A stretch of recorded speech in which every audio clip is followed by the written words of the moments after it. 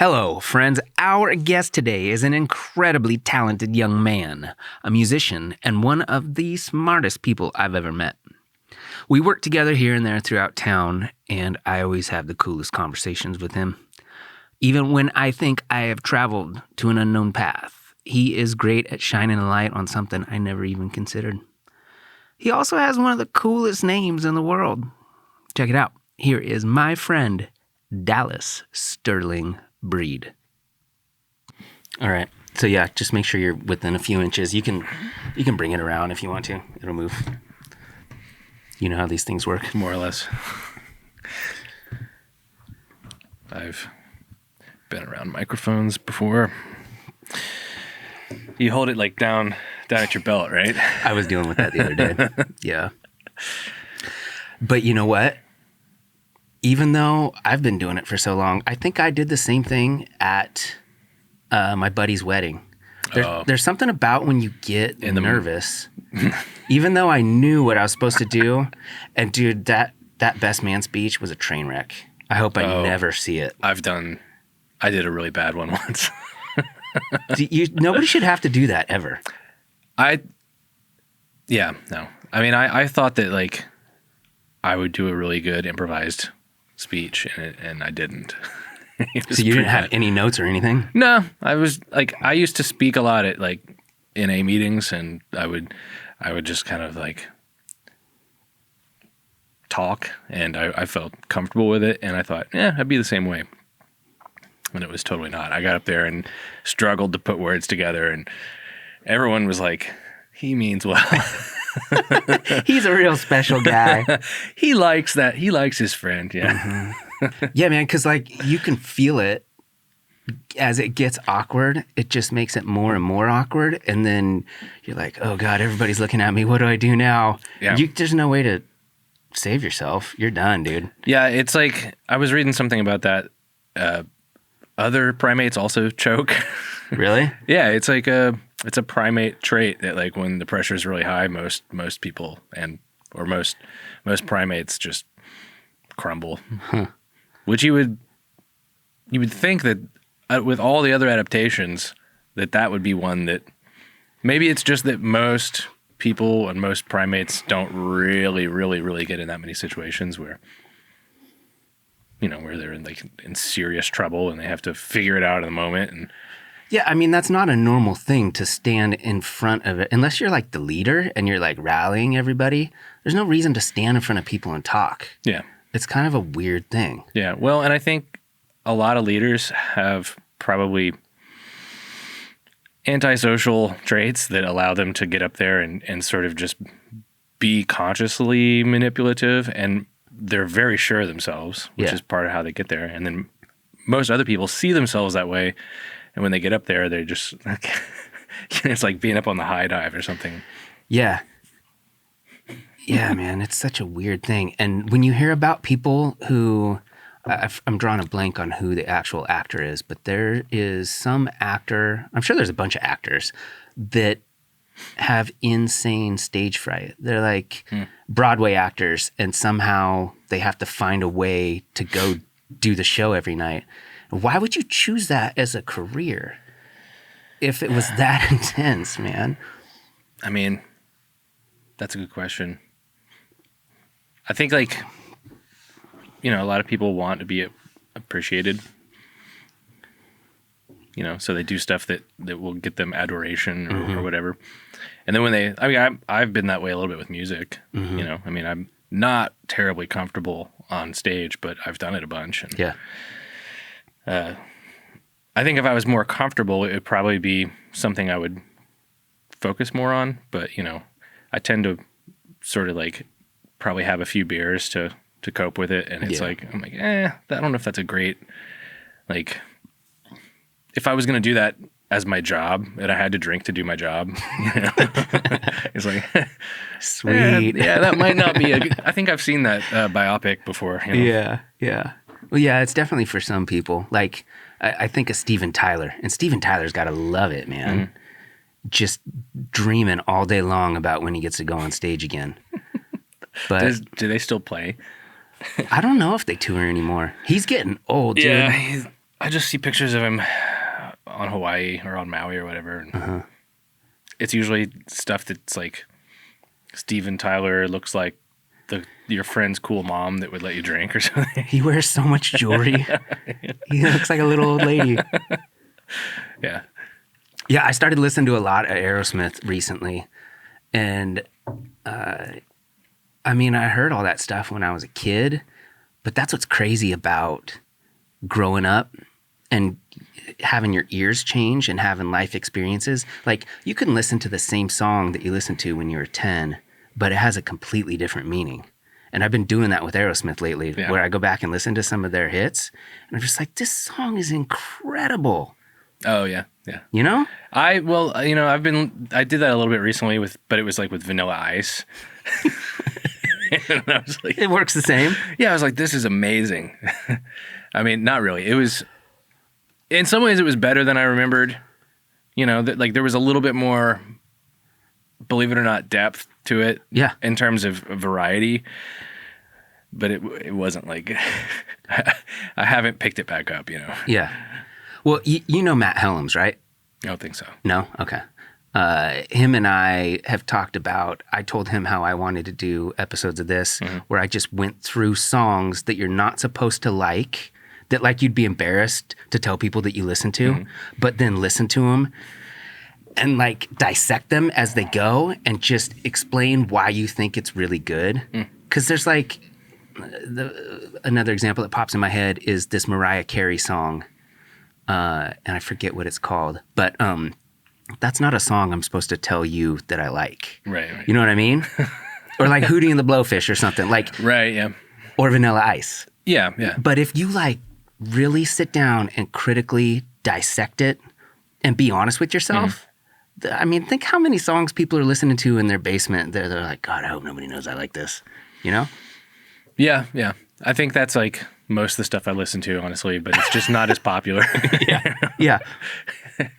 It's like, music is really weird that way though, because it's not like, I mean, some people will try and say that there is like, this is bad, you know, in terms of, hey, this type of music sucks or something like that. And I don't see it so black and white myself, you know. I mean, there's I think, at least in terms of genres, you know, like I've heard what I think can be described as good or bad examples of genres of music that I'm not that particularly into, but the ones that are good, it's like really kind of interesting to just hear.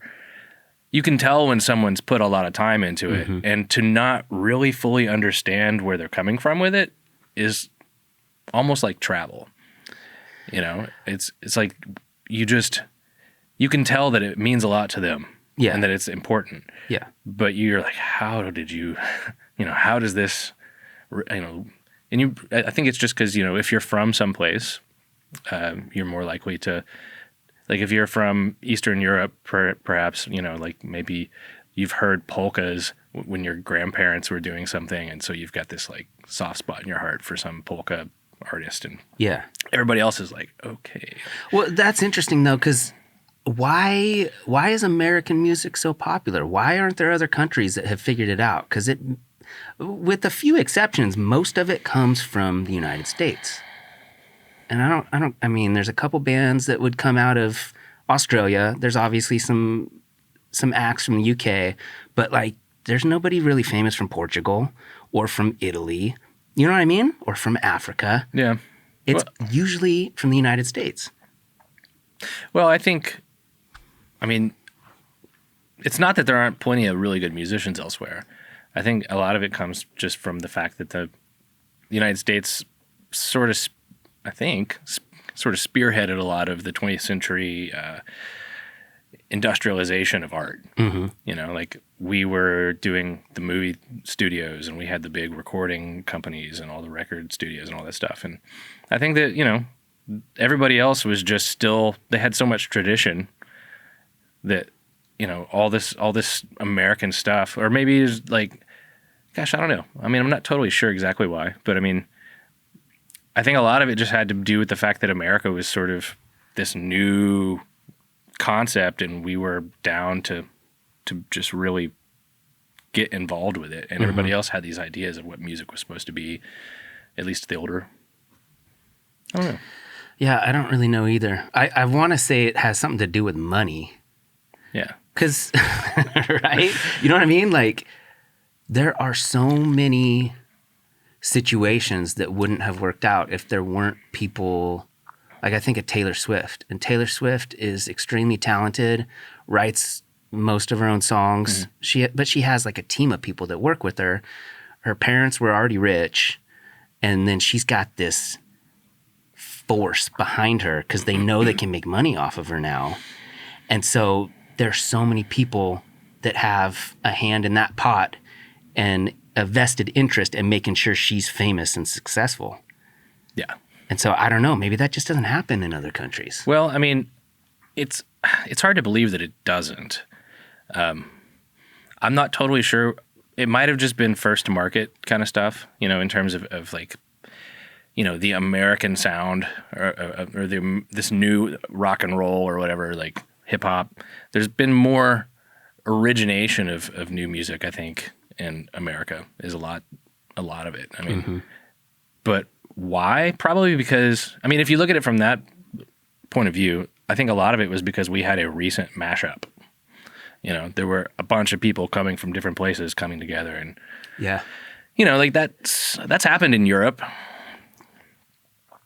but not quite on that scale. Yeah. I mean, you know, everybody was leaving Europe and when they were, you know. Yeah, I mean, maybe there's some sort of risk-taking factor because all the people that came from Europe in the early 1900s, those people just said, fuck it, and got on a boat with nothing. Yeah. And what is that, like a 6-week trip on a boat? Yeah, probably at least. Yeah, and then you get to Ellis Island, and then they write your name down wrong. Yeah. And then you got to go, like, find a job and stuff. And you're like, that's my name now. Yeah, no, I've thought about that. I mean, I think that there's, you know, I've talked about this with people who, you know, some people are very, very certain that this idea is false, and other people are like, no, that definitely makes a lot of sense. But I mean, if you've got a subpopulation that says we are going to take risks, we're going to go to this new place where we can do whatever it is that their plan was to do in America. Those people were freaking putting it on the line. There was no guarantee. And I don't know. I mean, I don't know how genetics works well enough to be certain that something like that actually passes on. But even if it's not genetic, like it's cultural. You know, I mean, you've got a lot of people who are just like waiting for their big break. I don't know if that's the way it is in other countries, but I mean, I've felt that way before, and I kind of don't feel that way anymore. I think I've gotten old enough that I'm like, I don't want a big break at this point. Yeah. Well, yeah, forever. Like, that's what I thought I wanted. I wanted to be in a band and get famous. Yeah. That was my plan. Yeah. That was your plan too? Yeah. It's harder than you think. And all that stuff of follow your dreams and you can do it. That's bad advice. You cannot do it. No. There's very few people that can do it. And it takes a 1,000 things coming together at once. But that's like, I think that's what most kids chase. Like, everybody wants to be a YouTube star now. You know, you ask a kid, I've talked about this before. You ask a kid 50 years ago what they want to be, and they're like, oh, I want to work for NASA, or I want to be a firefighter, you know? An engineer, yeah. Yeah, and now everybody's like, I want to be a TikTok star. So there's some sort of importance placed on being famous, which is so weird. But I think that's mainly like an American thing. I don't see that sort of thing.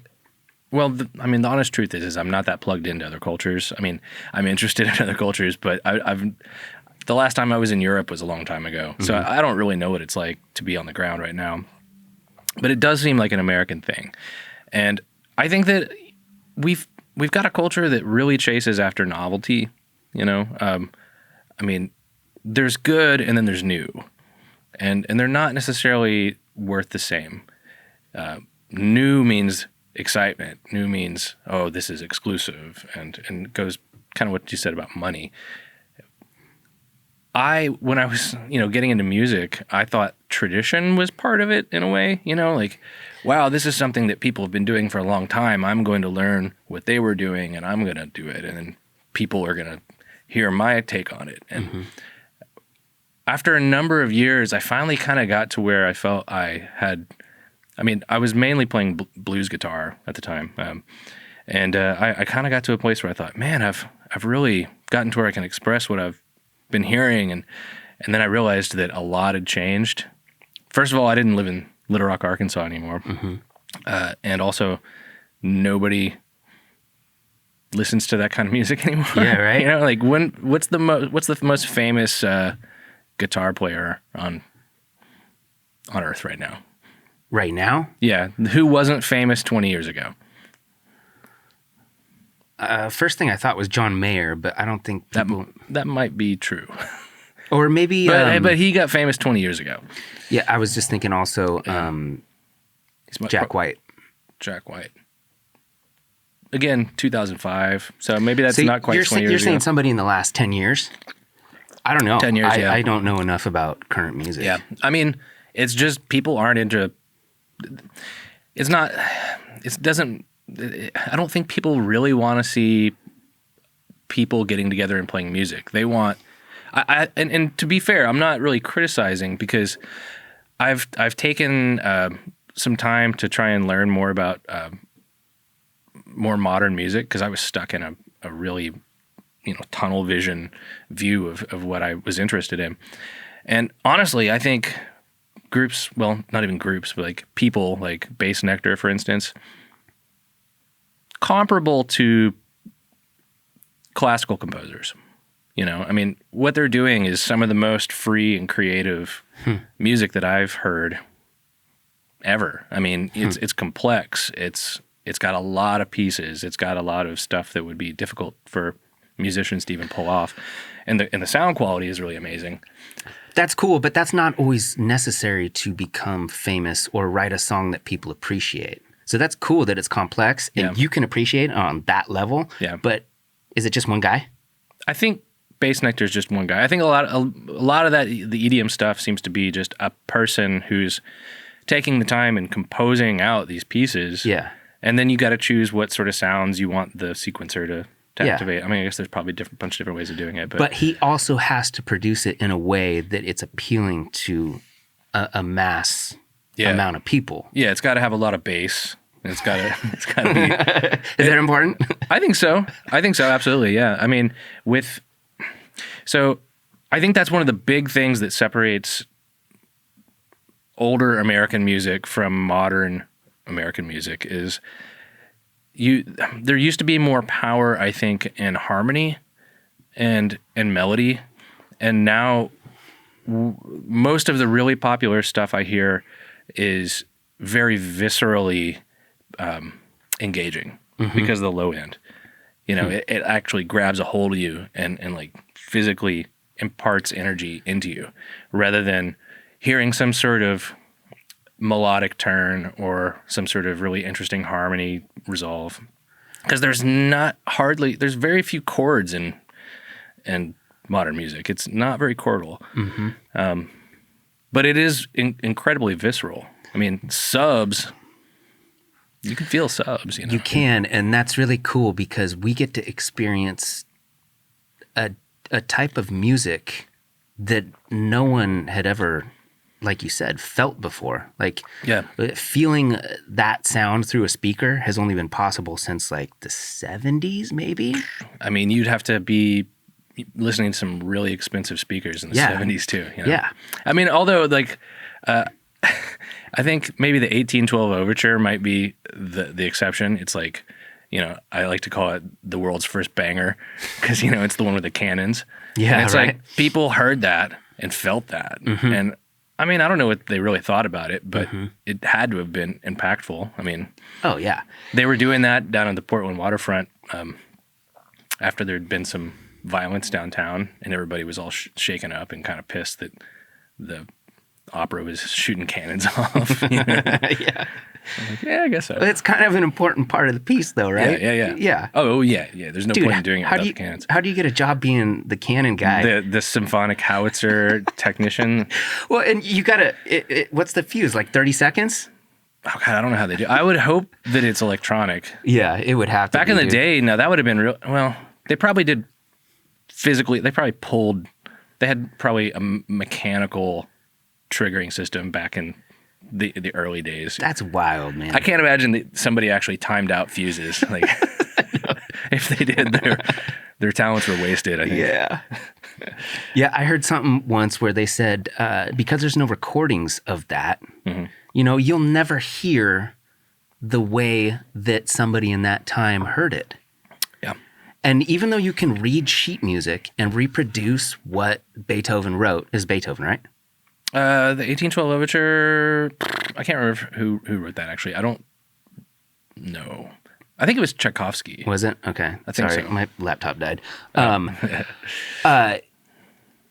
one will ever hear it the way that they wrote it, and it could be completely different than what we think it is. You know what I mean? Yeah. You can read sheet music and reproduce it, but it's not quite the same thing. Same thing with like Shakespeare plays. Yeah, and I've heard some interesting recreations of the dialect and the accent of that time. It's not what you'd.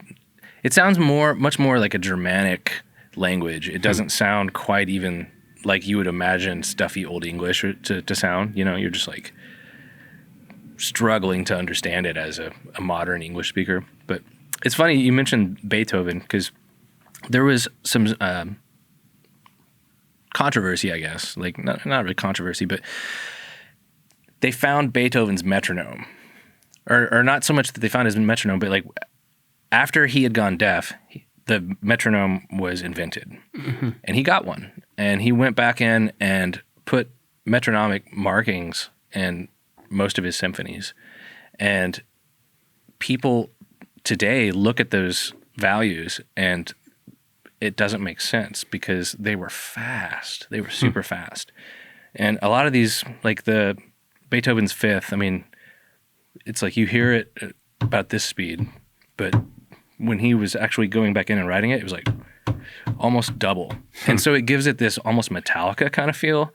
I mean, it's like cruising right along. And so people have been arguing about whether or not his metronome was broken or if in his, after going deaf, if he's kind of maybe started to think about sound differently because he wasn't experiencing it with his ears. It was more just the memory of sound and and the concept of notes and everything. But anyway, I've heard a couple things where people have gone back in and tried to play it, and if that's how it was done back in the day, it makes sense that he would have been sort of notable, and that music must have been really much more exciting at that time than it is now, because it's kind of, I don't want to say it's sleepy, but it doesn't have the edge. Like the way that when I heard Beethoven's Fifth at the advanced speed, it sounded much more edgy. Like you could, he could have possibly been, at the same festival with Bass Nectar or something like that. If you'd somehow add some subs into it, That's all he needs is the subs. Yeah, I mean, that's an important part of the piece. And you can't, unless he, like you said, wrote it on the sheet music, you have no idea what the tempo is. But if he's playing it super fast, I mean, that would change everything for sure. Yeah. Well, and like, we're talking advanced professional symphonies and composers saying, I don't know, that can't be right. People who are the best in the world struggling to really perform it the way that he went in and that's wild. And remarked Maybe it. He was just like uber genius, uber professional, exceptional player. Like no one had ever seen anything like that. Yeah. I mean, I'm sure he was pretty good. I mean, people don't really know if those guys were that good because, like you said, we don't have recordings. Yeah. But it's interesting because I think that back then music was there weren't the concept of rock stars didn't exist until we started creating recordings and selling them. Mm-hmm. You know, I don't know if anybody knows who was the first chair violinist at the opening of Beethoven's Fifth. You know, I mean, it wasn't until Elvis, it was right? just a job. You know, you weren't a big deal. Yeah. Elvis, yeah, something like that. I don't know who the first when it really first kind of. It might have been before Elvis. Really, I was actually listening or reading something today. One of the first recording artists, I forget his name, but I think he was a Delta blues guy. And back then, each recording was a master. I read that same article. Keep going. Yeah. So he had like 25,000 performances of it, or he sold 25,000 copies, meaning that he had to record it 25,000 times. He was doing it like 50 times a day. Well, and it said they set up multiple. Because it was on wax cylinders. Yeah. And so it's recording straight to the cylinder. And so he's got like 9 different setups. Yeah. Playing the song. Yeah. Yeah, that's pretty cool. I thought, man, that would be a little tedious, but at the same time, I bet he made some pretty good money, and I bet he became a better player after. Oh, yeah. after Playing doing it that many times. Although he probably hated that song. Yeah, for sure. Because, what do they say? It takes 10,000 hours to become an expert at something? Yeah, for the average person. Yeah. There's other people. Yeah.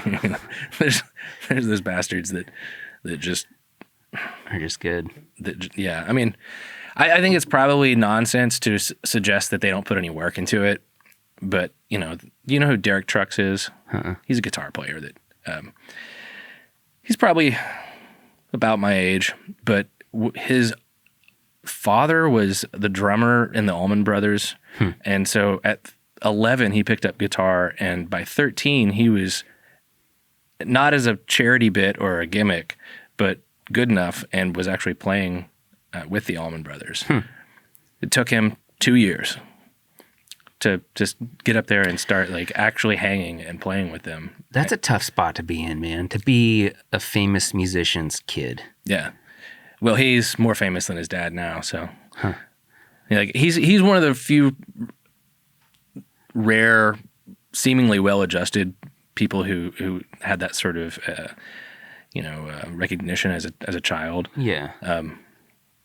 Which is one of the reasons why I still like him. You know. Yeah. I try not to really care about that.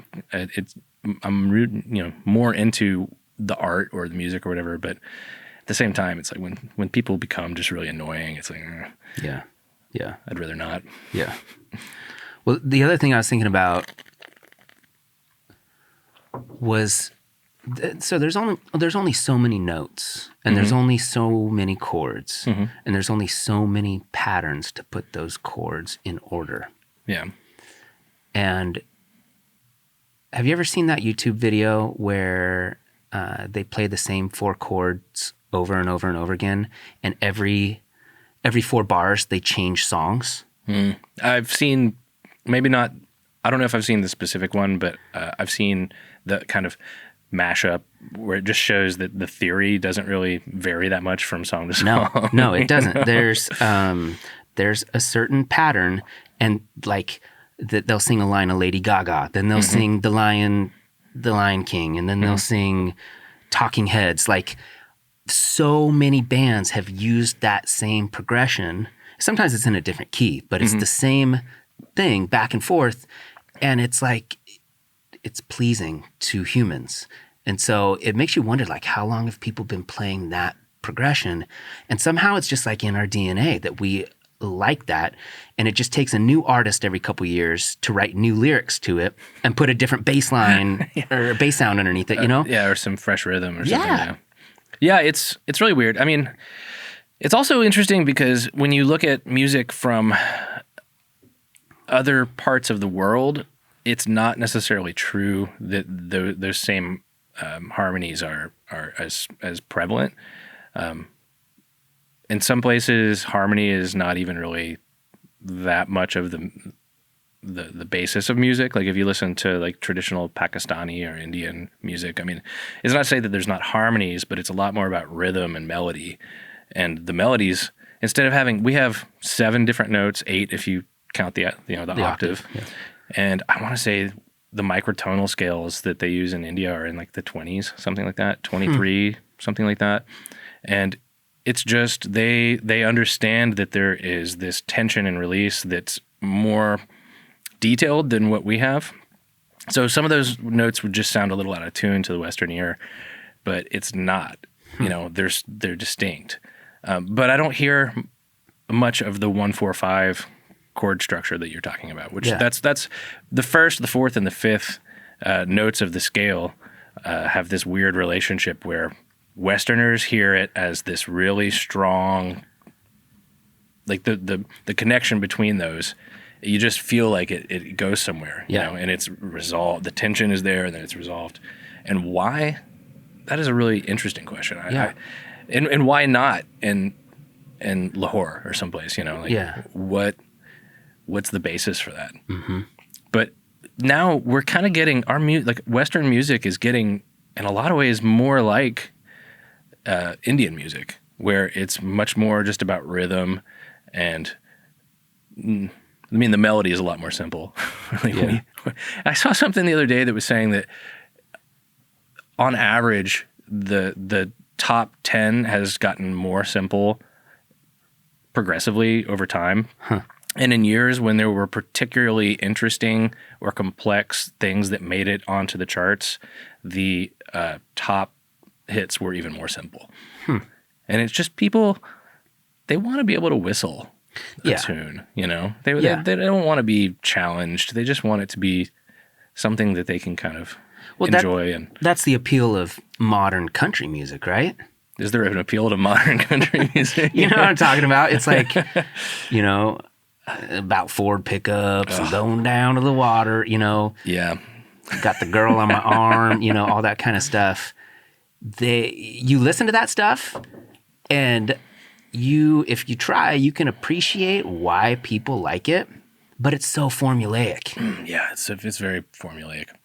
I honestly don't like it because of where I grew up, and I do like old country. Yeah, you know, I like bluegrass. I like what is classic it? country. It makes you think of where you grew up, and you don't like that, or what? No, it's pretentious, and you know, I kind of think that around the time that cable networks came online, that's when redneck culture started to get the way that it is.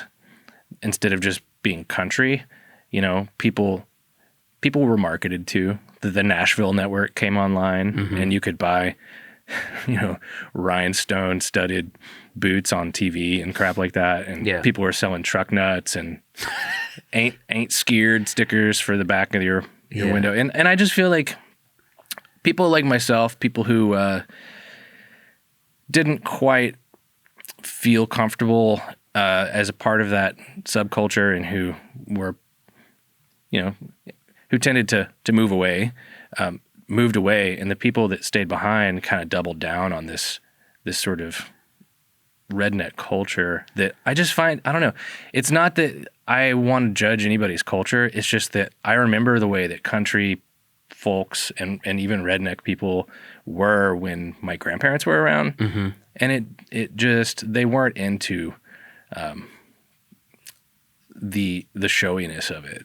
You know, like they were much more frugal, simple folks, and like people driving around in $90,000 pickup trucks, and you know, my grandparents were just like, "What's wrong with you?" You know, are you going to put lumber in that? You know? Yeah. So I don't know. I just see a lot of that modern country is a product, a focus grouped. I mean, I think that's one of the big things about a lot of modern music is having done so much work in corporate America. I don't think there's much that gets offered as a product that's not focus grouped, that's not sort of a top-down offering. And if it's made it to the prime time, it probably wasn't just some, you know, some grassroots thing that trickled on up. You know, I mean, it's been handled usually. Yeah, it's weird because it seems like there's more potential for organic stuff to happen now, just because of the internet. And there's no filter between you and whoever. You just got to get popular somehow. Yeah. But that's the weird thing about the internet, is that even though there's more options, there's a better way for people in those positions to force certain things. I mean, like, you think about 30, 40, 50 years ago, and in order for you to have a hit record, you would have to get on the radio, right? And now there's 1,000 options for you to put your music out, but that means that everything's kind of watered down. Yeah. So, well, I mean, it was kind of watered down back in the day too. There were regional sounds, you know, like if you went to Tulsa, Oklahoma, it sounded a certain way. And if you went to Houston, it sounded a certain way. There were regional distribution. Can you get that opener? Yeah. You know, in these days, I kind of think the internet is not dissimilar. It just doesn't have the aggregation of hometown, home team kind of, hey, this is our guy or our gal kind of thing. You know, I mean, the internet just, it distributes it further and wider, but at less density. Yeah. Unless it's really good. And I mean, it's very democratic in that sense. Like if it's actually, there is some meritocracy online. It's also, there's a lot of stuff that's handled and a lot of stuff that's guided. But I think that if stuff is good enough, people share it. You know, I mean, there are bands out there that are doing great stuff. And, you know, it's not that isn't possible anymore. It's just that they're not likely to be on the Super Bowl. You know what I mean? Like if you're getting onto the Super Bowl, if you're getting those kind of contracts, so to speak, I mean, chances are you didn't, you know, just start out playing bars. Yeah. You know, I mean, not as a unit. And I don't know. I mean, maybe I'm wrong, but I just don't see it much. I mean, it seems like it's kind of sort of top-down product marketing in a lot of ways. But there's also tons of really good stuff out there. It's just you don't know where to look necessarily. Exactly. You know? That's the hard part. It became so widely available. There's just too much. There's too much. Well, and as a result, it doesn't have, so the supply and demand are out of whack, at least in terms of making a living at it, you know. But I think that going back to that opening night of Beethoven's Fifth, I mean, the person sitting in the first chair violin position wasn't doing it because she dreamt of being, you know, world famous. It was because that person enjoyed playing music and, you know, I mean, it's not to say that they didn't probably make a decent living, but I mean, you know, people did what they were good at and what they enjoyed. And there was never this like, I'm going to buy an island kind of, you know. That's a crazy spot to be in, though, when you think about it, because people have been talking about Beethoven for at least, 250 years? Something like that, yeah. Yeah. And you could potentially have been a person that was playing with him. I wonder if they had any idea that name would carry on. Like what name now would carry on like that? I don't even know. Like Kanye? Probably. I mean, as much as I'd like to talk shit about him, I mean, you know, the only reason I really, like I was saying before, when people start acting annoying, it's harder for me to like their music. But, you know, Kanye's done some cool stuff. I'm not a completely old guy at this point, you know, like I can see things that I can appreciate and most of the stuff that's popular. But man, some of that older stuff just, you know, like when you walk into a room and, or not necessarily even walk into a room, but you catch a whiff of something that triggers a memory. Smell? Yeah. Yeah.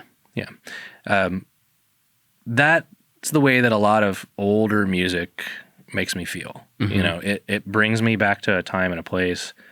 And I guess that's why a lot of music is sort of focused on the youth, you know, because they're the ones that are kind of making those new memories. Yeah. But to me, even when I was younger, I was into older music because my grandparents were old for my age. You know, they were all in their 90s when they passed about 6 or 8 years ago. And so I was listening to a lot of big band stuff and Texas swing and all this music from the 30s and 40s when I was a kid. And so I already felt out of touch when I was a teenager. because it's like, you guys don't know who Tommy Dorsey is? Like, Little Brown Jug, he's good. But yeah, I mean, Kanye probably. But I mean, I just think that concept of stardom is not where it's at now. I think it's more about the corporate entity that puts out the music than the particular artist at this point. Yeah. Because I mean, if they want to make a Mickey Mouse character, that's something that they could do. Yeah. You know what I mean? And honestly, I think we've talked about this, but like I kind of feel like the move toward holographic performances is really interesting, because if Tupac can play at Coachella, however many years ago that was, you know what I'm talking about, where they brought out a holographic film, and yeah, well, they've done it with Hendrix too, haven't they? They've done it with a few people who are gone. One of these days, here's my prediction: they're going to create a character, sort of like Mickey Mouse, who is a wonderful singer, computer generated voice, computer generated face.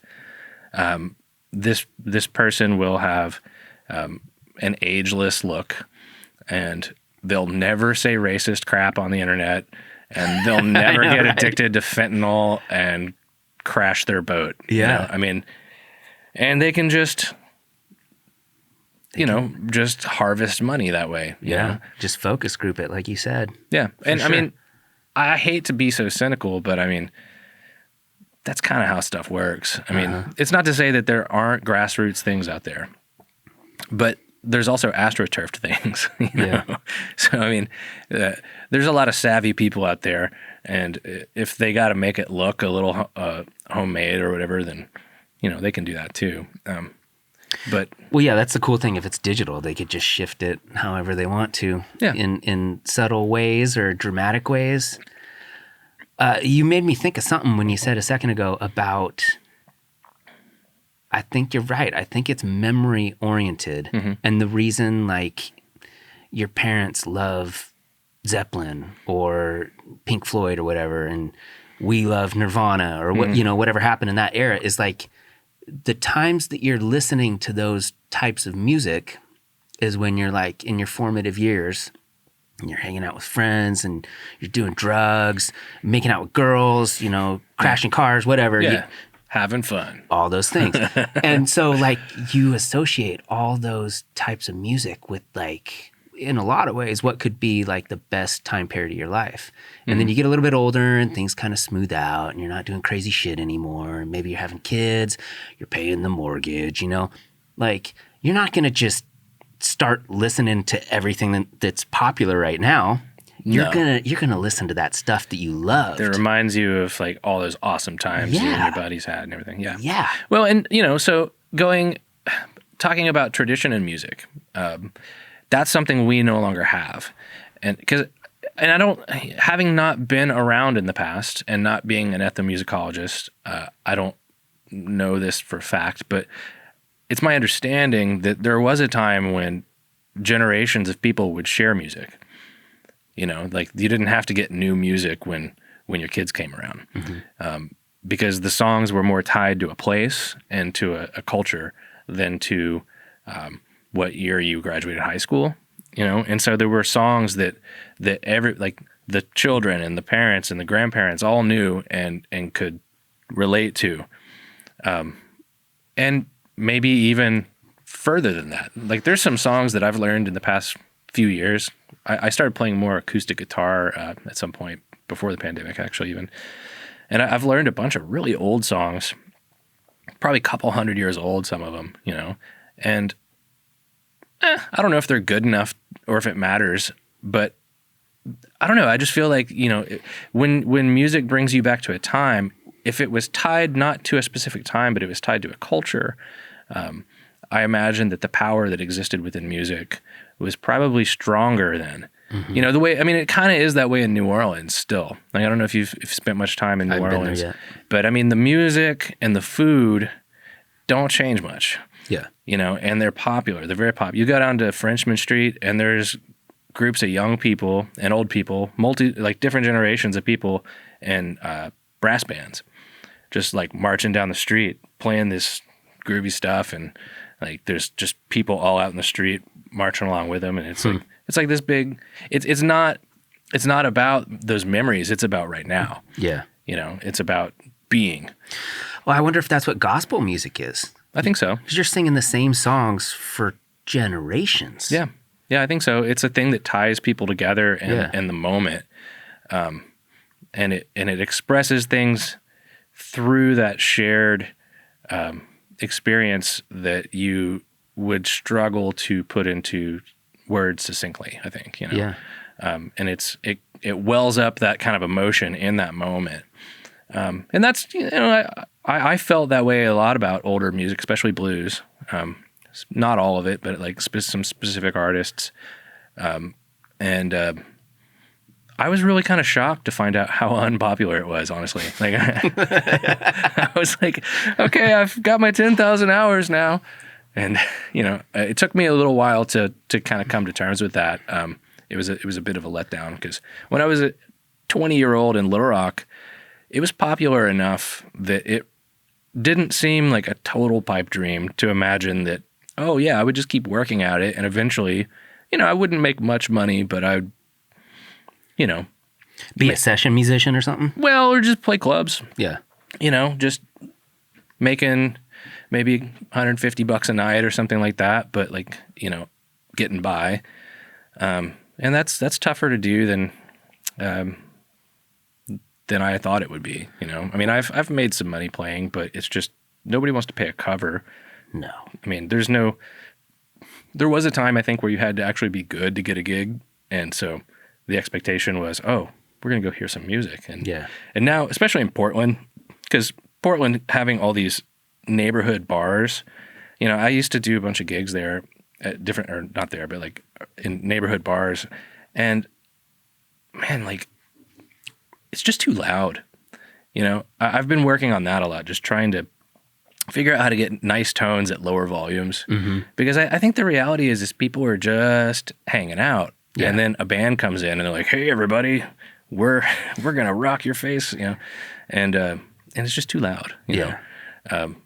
I think music needs to kind of get back to some of the humble beginnings that it had in the corner of a bar, where it wasn't 100 decibels, Yeah. It was just this thing that people were doing to have fun and like hang out with their friends and make connections with people and learn the song that somebody's uncle taught them or whatever, I think that's the thing that's different now, though, is I think it was possible to make money playing in a band or even become famous and get a record deal or whatever.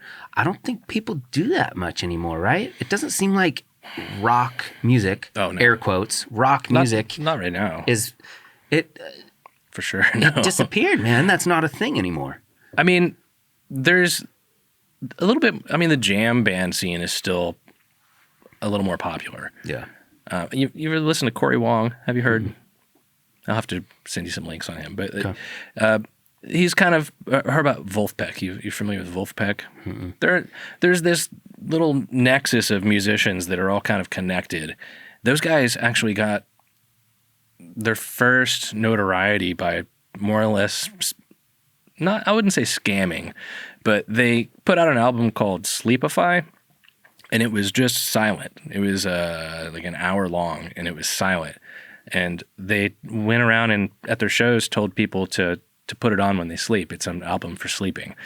And so people would do this, and they made like $20,000 off Spotify. What? And they used the money to go tour around and promote themselves more. And they also got press from gaming that system, And those guys, there's 6, 8 different bands that are all kind of, there's a definite Motown influence. There's a definite R&B and soul influence and funk. So if you like that kind of stuff, they're really good examples of it. But they're kind of like they're killing it. But the only reason they're killing it is because they are making their own path. Yeah. They're really I guess, pretty savvy when it comes to internet marketing. Yeah, you know? that's important these days. Yeah, like you can't be reliant on your like a manager or I mean you can if you're attractive enough, you know, like I don't know how many people have managers anymore though. well, you have to be really attractive. Not just kind of like you have to be a face that people would put on magazines. Yeah. You know, and you know, some of those people are really, really talented also. Uh-huh. And it's kind of frustrating when the people that I want to hate on because I'm like, oh, they're just another good-looking person they got out there, and then I hear them actually sing, and I'm like, oh, well. Yeah. Like, you have to hit the genetic lottery. Yeah, you're just better than me, I guess. Okay. Yeah. Well, yeah, our friend Cade sent me a video about why rock music died in the 2000s. Have you ever seen that? Mm-hmm. It's about quantizing beats. Oh. And so, I mean, for the longest time, from basically the 60s, maybe late 50s, up through like the 90s, you would go into a recording studio. Mm. It would be super expensive, and they would record all those tracks individually to 2-inch tape. Mm-hmm. And so, I mean, to be able to do that, you would have to get funding from some sort of label or something. Mm. Well, then digital happened, and people could record on their computers. Mm-hmm. And so in the early 2000s, when it was like Nickelback and Puddle of Mud and Limp Bizkit and all those like new metal or whatever, they started recording digitally in Pro Tools on computers. And so for anybody that doesn't know what I'm talking about, when you quantize, it's like the drummer would play everything through, and then the computer would line up the beats so that they were exactly when they were supposed to be. Right. And so if there was any inconsistency, it would they basically computerized it. And so what it did is it took all of the soul out of it. The soul. Yeah, it made it a computer. Yeah. And so the cool thing about this video that Cade sent me was it shows tempo, what we were talking about earlier with Beethoven. The tempo on those Nickelback songs is hard 95 beats a minute for the entire 4-minute song. It never deviates. Yeah. And you go back and you listen to like some of Zeppelin stuff. Yeah, I was going to say Zeppelin. Yeah, it fluctuates. Like they'll speed up for the chorus and they'll slow down for the verses because that's... Even if you just listen to individual parts within Led Zeppelin, like even if the drums are being very solid, it's possible that the guitar part might speed up and slow down a little bit in and outside of the beat. But like that's part of where the groove comes from. You know what I mean? Like it's, and also it's, I think that, you know, excuse me. I think that there's an album called the Pizza Tapes that's it's Jerry Garcia and David Grisman and Tony Rice. And they were hanging out at some studio. It wasn't supposed to be, I think it was just supposed to be them hanging out and recording and having a good time. And somebody released the recordings and was bootlegging them. And so they saw that it was out there. They decided to just make it official and they put the album out. But it's great because there's tons of mistakes. It's them, you know, they start some of the songs 4 times, you know, and instead of seeing, you know, listening to this music where like, wow, these people are really special. They're just like, they're perfect. And they never, you know, just hearing them just kind of screw up and then laugh. And you see that it's just much more about, you know, like there's a lot of work going into it, first of all, but also that they're not perfect. And it just kind of humanizes it more and makes it seem like, oh, wow, yeah, I could imagine being in the room. But that once you start quantizing and doing everything close mic'd and making it sound bigger than it ever was. Yeah. Then when you go see it live, it's sloppy and kind of hollow sounding. And honestly, you know, I think that back when RCA stereo speakers were about the best thing you could get. And I mean, I don't know what the response really was on it, but it wasn't as low or high as what we have now. And you would listen to, say, The Temptations. You know, it kind of sounded a little boxy, you know. It wasn't that full or sparkly or big. But then you go to the Coliseum or to the club they're playing at, and you hear them on a PA, and all of a sudden it's like full resolution, and you're there, and it's about being there. But yeah, like most of that's why I don't. It's not like I don't appreciate modern production levels, because they can sound so wonderful, but it sets these expectations that most of the time can't be really recreated in a room. Yeah. And so it's not about being there. It's about the album. Well, yeah, and it's really about the experience too, because it's like what we said. It's when you go to Target and you hear Nirvana, and you're like, holy shit, dude! I remember when I was chugging beers in Ricky's backyard. Like, that's what it is, man.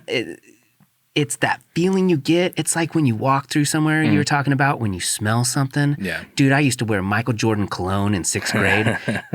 No one wears that shit anymore. And if I go somewhere and I catch a whiff of that, I'll think of some girl that I liked in 6th grade. Oh, yeah. Just right back there, man. It's I can't crazy. think of the names of any of the perfumes, but there are a couple perfumes that I can still remember. I have no idea what they're called, and I kind of like that on some level, because I know that like one day I'll just like catch something on the breeze and recognize it. But yeah, they say the olfactory system is more tied to memory than any of our other senses, and I don't know why. Maybe that has something to do with the fact that we look different as we age, But maybe there's some underlying pheromonal, like the smell of somebody, It's got to have to do with danger, right? And avoiding danger, so that you catch a whiff of like... Well, I suppose, yeah. I mean, usually there's something to do with danger in terms of evolutionary developments, but there's also the weird ones that just kind of made it through somehow. Like there's parts about us where it's like, well, I don't know if that's a bug or a feature, but... Like the appendix? Yeah, well, I mean, actually, I don't know. I don't know if the appendix is one, because I think it used to have a purpose a long time ago. That's one that's on its way out. But like, I don't know. I'm trying to think of just like, I don't know. What's your the little uvula in the back of your throat? Yeah. I'm sure that has a purpose too. But I imagine there's got to be some. I don't have any good examples of it right now, but like, there's definitely some things like, why do we get hair here, but not as much here? Like why is it advantageous for humans to not be as hairy as our primate cousins? Yeah. I mean, is it because, well, I mean, like, it's not like primates don't live where it's hot, just weird. Well, yeah. And dogs have tons of hair. Yeah. They run at like a different body temperature too. Yeah. Yeah. I think that's why they don't care if it's cold or hot. Because they're not going to live very long. Like, whatever. Yeah, they're like, yeah, it's cool. It's all good, because I've only got like 12 years. Yeah. Yeah, dude. Oh, man. But yeah, speaking of Kmart, I was noticing I drove by the Kmart not too far from here on the way in. And did you see all that crazy stuff that went down on 122nd? Yeah. It was like Proud Boy rally, wasn't it? Yeah. Yeah. I'm so annoyed by all that stuff. I'm annoyed that it's possible to rally any group of people and have nefarious backings. You know what I mean? The backings? Just you can organize a group of people regardless of what your opinion is or what your desire is or like whatever you're trying to achieve. All you got to do is convince some people and they'll just start a wildfire. It's so easy these days and nobody knows why they're doing anything. They just like lump together and it's easier to chant 2-word rally cries. Yeah. Yeah. I mean, there's not enough equal distribution of smarts as part of it, Yeah. Like there's way too much intelligence concentrated in one area and way too little of it in every other area. And the really intelligent people are not always looking out for everybody. Mm-hmm. But yeah, I mean, you know, I am very much disturbed by all that. I really think that if we can keep the wheels on for another 10 years or so, the up and coming generations are way less interested in that kind of nonsense. Mm-hmm. But I'm also frustrated at how a lot of people don't take it very seriously. They like to refer to those folks as LARPers and laugh and call them gravy seals and all that stuff. But Mm-hmm. I mean, you know, there's places where it's not seen so unseriously, you know. Mm-hmm. And like I've met a lot of folks when I grew up in Arkansas that don't make me think those guys are a joke. Yeah. You know, some of their beliefs are a joke, but there's also, you know, and like I would never want to be mistaken for being an apologist or something like that, but myopia is a really, really, really, really strong force. And you know, when I was young, but at the same time, before a certain age, the place I lived, the little local belief system, the little town, well, I stayed there a fair bit, but it was a little place called Paris, Arkansas. There's like 2,000 people. Mm-hmm. And there, you know, people didn't lock their doors. Everybody believed in Jesus. It was a people that were tight, you know, and they all kind of believed in a really clear right and wrong. And their parents believed it too, and their grandparents believed it, and their kids believed it. And there really was no question from inside the culture. The only questioning was really coming from outside the culture, you know. And I could see how a lot of these folks are just sort of on a team, you know. Yeah, they're just sure. they're just sort of looking for a tribe. Yeah, it's You know? tribalism.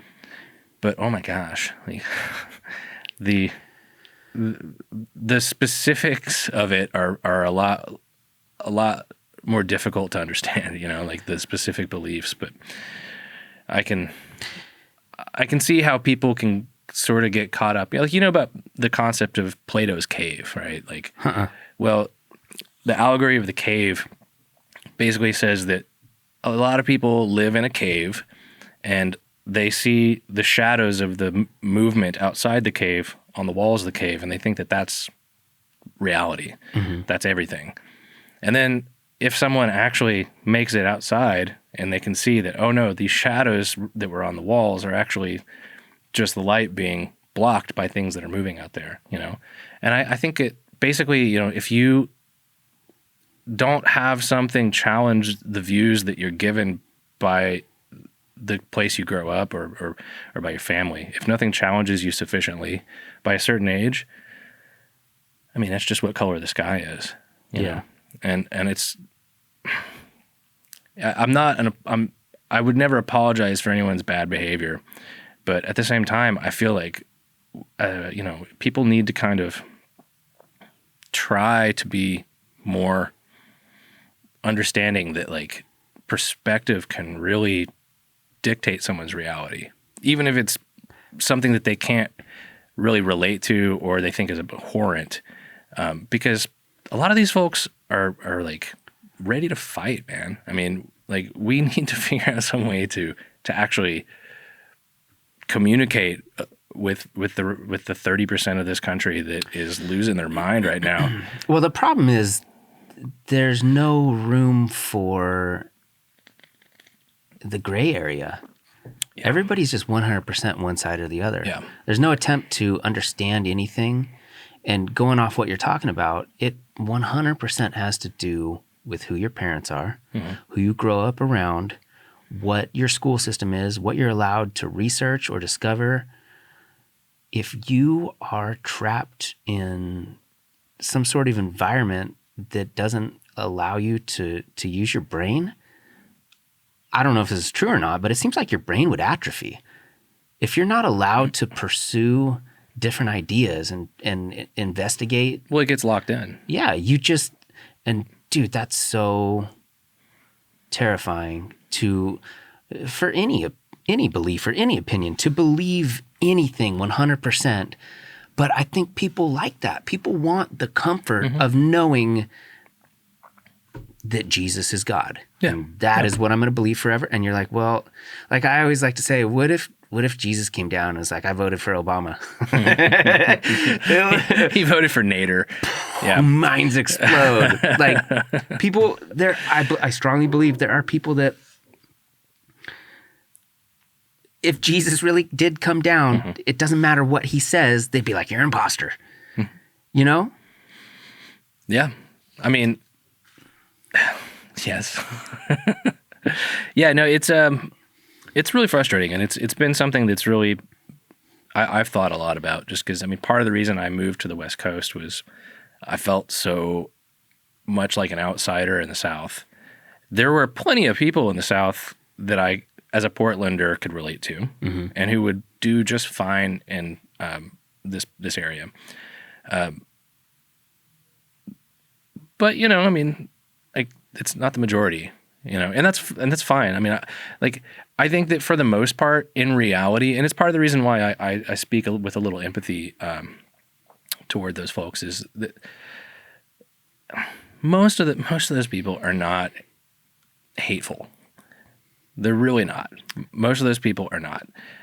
There are enough of them that are, that it's a big problem. But you know, when you look at like the fact that, say, in the 2016 election, Hillary Clinton got I think she got like 35% of the state's votes, you know, and a lot of people out here, when you mention a state like Mississippi, they just write it off. Yeah.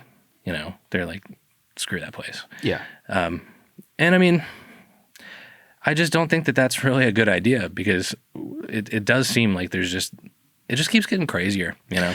It does. And the problem is that Hillary Clinton was not a good candidate. No. Like I did not think that she was going to win. Yeah. Growing up in the South, there had been propaganda campaigns against her when she was the governor's wife. Yeah. That was a long time ago. Well, yeah, because they came from Little Rock, right? Yeah. Yeah. Yeah. So people in that area have disliked her for a long time. Yeah. And there was a built-in just dislike for her. Yeah. Well, and you can't escape that. If you're in politics, once it's like what we're talking about, once you make up your mind about somebody, you're never going to convince them otherwise. Yeah. Yeah. Well, it's the tribe, man. And that's the problem, is that we don't have options. You get two options. Yeah, and that's dumb. And so you love whoever you love, and you hate the other one. There's no in between, and it's not that easy. No, and nothing is that easy. I mean, I have voted. I've voted bipartisanly.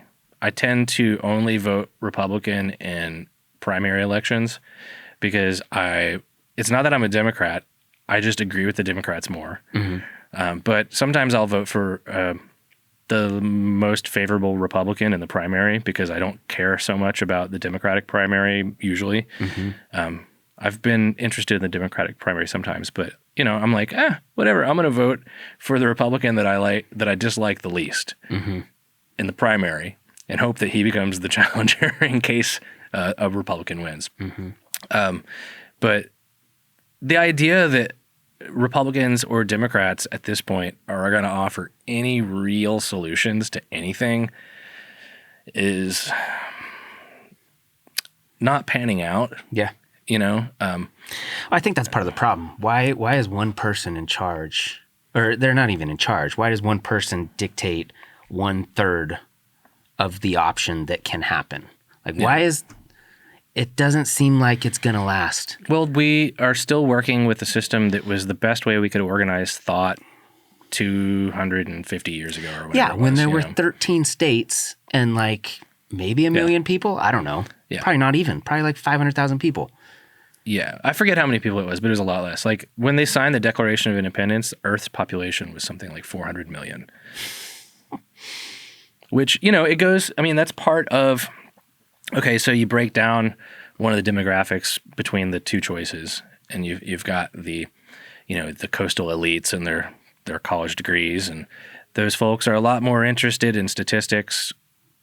I mean, I don't know if that's totally true, but I mean, it seems like people on the left are a lot more likely to make their opinions based on whatever the experts are saying rather than what common sense tells you. You know? Common sense. But like the idea that any of that stuff is going to be particularly sufficient is, I think, we've created a world that's much more complex than that which existed when we created the guidelines that we run everything on. Yeah. And it's just it's kind of nice that some people feel so emotionally attached to the history of America, but I think that really, if we want to have a good outcome, we really need to be willing to, rethink how stuff works. I'm not a believer that democratic policies are going to fix much of anything. I mean, anytime that something tries to actually move the opposite direction from the way that Republican governments have pushed them, the Democrats are like, well, I don't know. I don't know if we want to get crazy with that. It's just sort of this, like, I think it was George Carlin said that no, it wasn't George Carlin. Who was it that said that? It was like the Democrats and the Republicans are the left and right wings of the business party in America. Yeah. And I mean, you got to get stuff done, I guess, but I mean, I just feel like I was watching this documentary one time about the USSR, and this isn't a push. I'm not saying that I think communism necessarily was a good idea or is or whatever, but what they were trying to do, according to this, was engineer a society. They had more engineers per capita than any other country at the time, and there were all these engineered ideas on how to make stuff work. And they were interviewing the Minister of Grains, and he had this huge stack of books that, I mean, it was thousands and thousands of pages, and he was very proudly pointing and saying, we only produce as much grain as we need. We're in total control of supply and demand, blah, blah, blah, blah. And I mean, we've got all the data. Look, here's the data for April. And it was like easily 10,000 pages of, I don't know what was in the books, but I imagine it was probably a lot of dense numbers. Mm-hmm. And it just occurred to me that from a technological standpoint, there's no way that they had the capability of actually processing that data. Yeah. And so as it was presented, it didn't work out so well. But my point is that, like, as we create new technologies that allow us to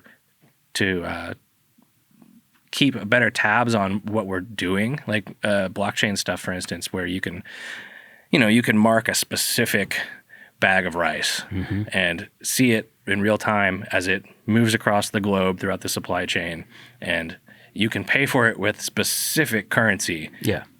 Like you allocate $10 for that bag of rice, and you know that specific $10 is the one that paid for that specific.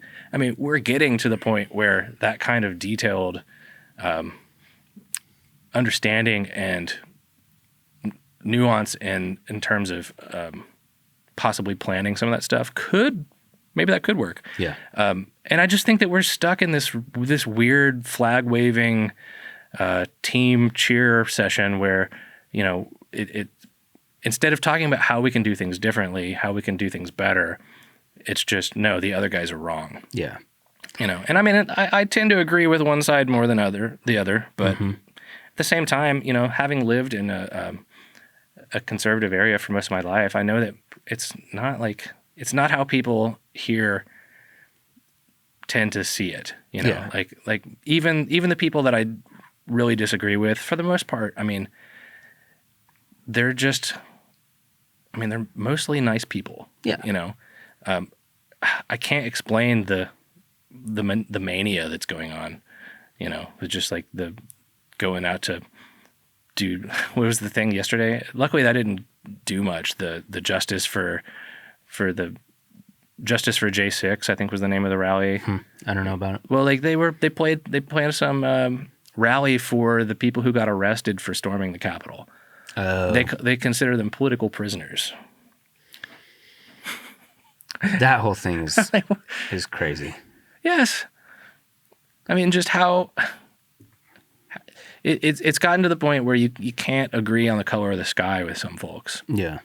And, like, those aren't the folks I'm talking about, like, but just, I saw something that said that, instead of thinking of the South as this, like, immovable right-wing bloc, you can think of it as communities of color held hostage by right-wing governments, and it's just, I think if we could find ways to kind of make bridges with the people that we don't necessarily understand, we'd all be a lot better off. Yeah, for sure.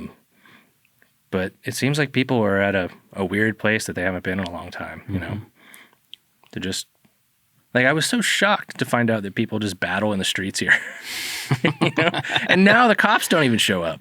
Yeah. Like. It's a tough spot to be in. Hang on, I gotta hit the bathroom and we'll keep going. Okay. Are you good? You need to go? I'm good. Okay. I'm like Alf. Does Alf never pee? I think so, yeah. I remember that being one of his superpowers. No, this is cool. It makes me think of, like, what... I'm sure there's super powerful, very wealthy people above anybody that we even know about who are really, like, dictating and planning and strategizing, trying to figure out what's going to happen.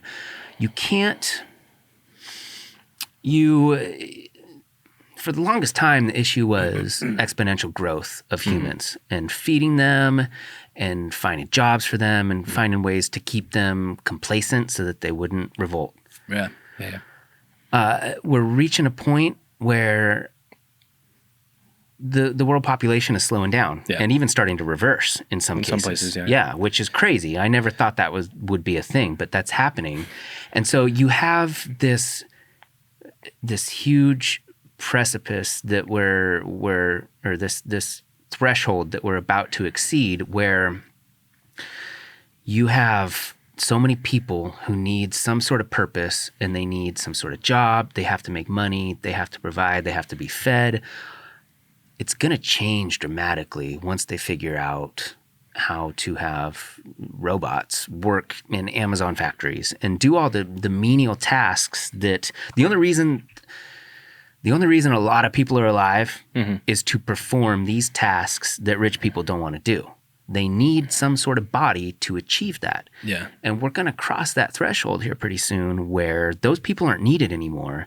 And I wonder what these people who are really in charge are going to do with that.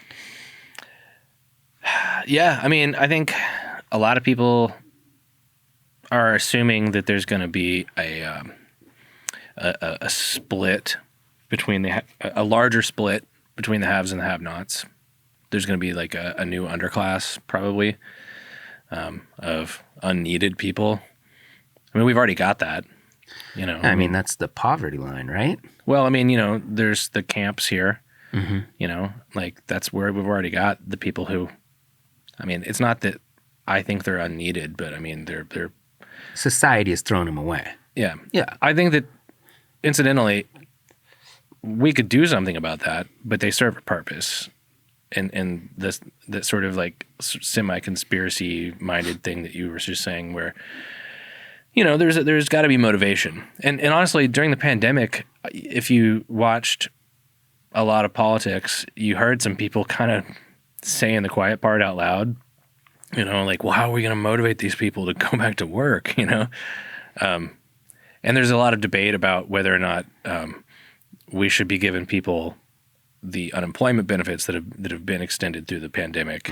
Because I know people I've heard people complain, oh, well, you can't compete with the government, and it's like, well, I mean, not if you're going to pay a minimum wage. Yeah.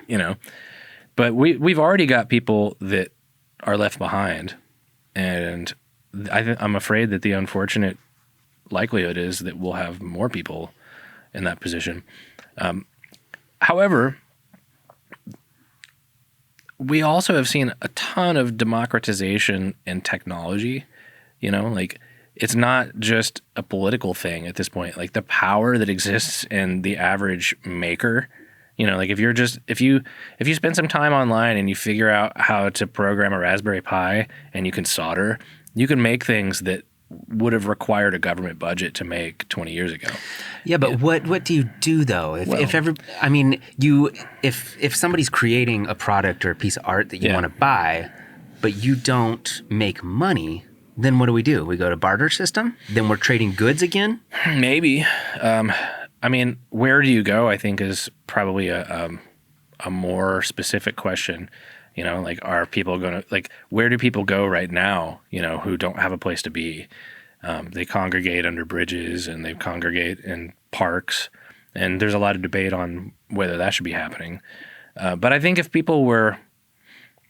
more people if the threshold changed, which is kind of what you're talking about. Like right now, to be houseless, chances are, you've got either just really bad luck. That's a possibility. I've seen more people with cars parked at their homeless encampments than I've ever seen before, and I can only imagine that a lot of those folks had a place to stay when the pandemic started. Yeah, and they still have their car. That being said, I did read that they found like 100 cars at an encampment in North Portland not that long ago. So, I mean, that's beside the point. But, you know, like, I think if the threshold changed and people who could otherwise hold down a job but just don't have one because the need for human workers is eliminated, then if there's a place for them to go, then, yeah, I think you'd probably see barter. I think you'd see some sort of new... It might be a little Mad Maxy, you know. Yeah. Like it might be a little rough. But I mean, it's not like there aren't alternatives to capitalist enterprise, you know. I mean, it can be done. It just doesn't work well when it's disincentivized, you know. I mean, like... Well, and it can't work well when people are so angry with other people. Yeah. That's the problem, is that there needs to be some sort of event that could bring everyone together. And some aliens. An epidemic didn't do it. No. I don't even know if aliens would do it, man. No, probably not. I mean, you know, like, you remember when September 12th, 2001 rolled around and it felt like everybody was waving a flag and loving their brother and all that stuff? It was pretty cool. I mean, that was cool. It was on a lot of questionable pretense. Not that I think 9/11 was an inside job or whatever, but like the ensuing Afghan and Iraq wars and all that stuff that a lot of people rallied behind. You know, there was some false pretense there. But I'm not so pessimistic to think that there's not room for people to actually improve things. It's just that really, I mean, I think a lot of this goes back to I had this realization when I was a kid that, you know, one year I was learning how to use an abacus. You know what I'm talking about? Mm-hmm. The little like beaded calculator thing. And then the next year I was learning about the World Wide Web. And so being raised by these really old grandparents who were in fact really actually hillbillies. I mean, like when they grew up, they hunted food and they bathed in the creek and stuff. Like, I mean, it was primitive life. Yeah. So from their childhood to my childhood, the shift was just monumental. But the shift that occurred in our lifetimes was even bigger. I mean, it didn't, like my other grandfather, he wasn't a hillbilly, but he lived out in the ranch lands and he left his hometown of Peter Pender on a horse. And later he came back in a fighter jet. I mean, like he didn't like land it there, but like, you know, his mode of transport changed from horse to jet powered airplane. You know, but I still think that the shift that occurred in our lifetimes was even bigger. And I remember hearing a headline saying that the internet was going to change everything. And I didn't really understand how, but over the years I've seen it, you know. I mean, you've got all the obvious easy things like cell phones, and there's no excuse for being ignorant any longer. I mean, if you don't know something and you want to know, you can find out now. I wonder if it makes you lazier, though, because you don't retain information potentially. I don't know. It might. I mean, I can't remember if it was Socrates or Plato, but one of them was the other's protege, and the older of the two was against writing because he said it would make our minds soft because you wouldn't have to memorize everything. But the only reason we know that is because his protege wrote it down. Right? So, I mean... That seems crazy. What's he going to do? Just tell everybody and then they're going to tell the next person? All these newfangled kids writing everything down. Yeah. Yeah. But... well, there's always something that comes along that the previous generation is like, we're not doing that. Yeah. No. Well, and I think that as a goal should be a thing that you do. You know, like if there's ever a thing that the next generation is doing and you don't understand it and you dismiss it and then it doesn't go away, you should learn it. Yeah.